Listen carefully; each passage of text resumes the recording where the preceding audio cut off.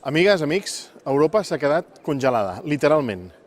Catalunya feia anys que no assolia aquestes baixes temperatures a tots els racons del país. L'onada de fred també ha provocat un encariment insòlit dels preus de l'energia respecte als darrers anys. La mitjana és més o menys el doble que ara fa un any.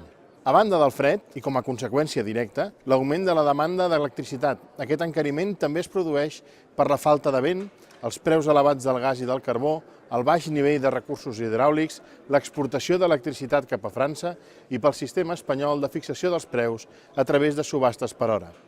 Tot queda subscrit al model energètic que tenim a l'estat espanyol.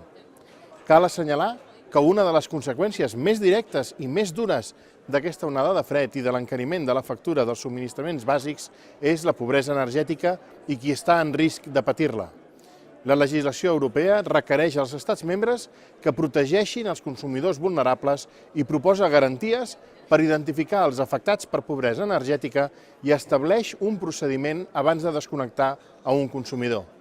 Així ens ho han contestat a una pregunta parlamentària que vam formular, però és el mateix govern espanyol que no compleix aquesta legislació, malgrat que la Comissió Europea l'hagi advertit en dues ocasions i ha obert un procediment d'infracció a Espanya per aquest fet. La defensa d'aquestes persones vulnerables referma la nostra aposta per la necessitat d'una Europa més social. Hem de tornar a posar les persones al centre de les polítiques, no podem només estar seguint l'economia i els mercats. I aquestes persones se les ha de defensar des de les administracions i des de l'enfortiment de valors. En l'àmbit de les polítiques estem treballant per actualitzar el nostre model social europeu a través de l'anomenat Pilar de Drets Socials. És una peça imprescindible per posar sobre la taula els reptes socials que tenim a la Unió Europea. La desocupació, especialment la juvenil, la pobresa energètica, l'atenció a les persones vulnerables. Com sabem, la fórmula per assolir tots aquests reptes no és pas senzilla, però en tot això hi ha un problema de fons. Si no tenim polítiques comuns, la Unió Europea no pot actuar de forma conjunta.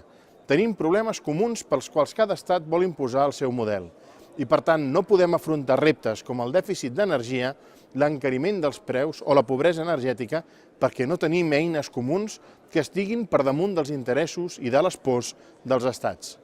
Serem conscients que quan diem més Europa també significa millorar la legislació, apostar per polítiques energètiques comuns i construir una Europa social per posar les persones al centre de la nostra acció.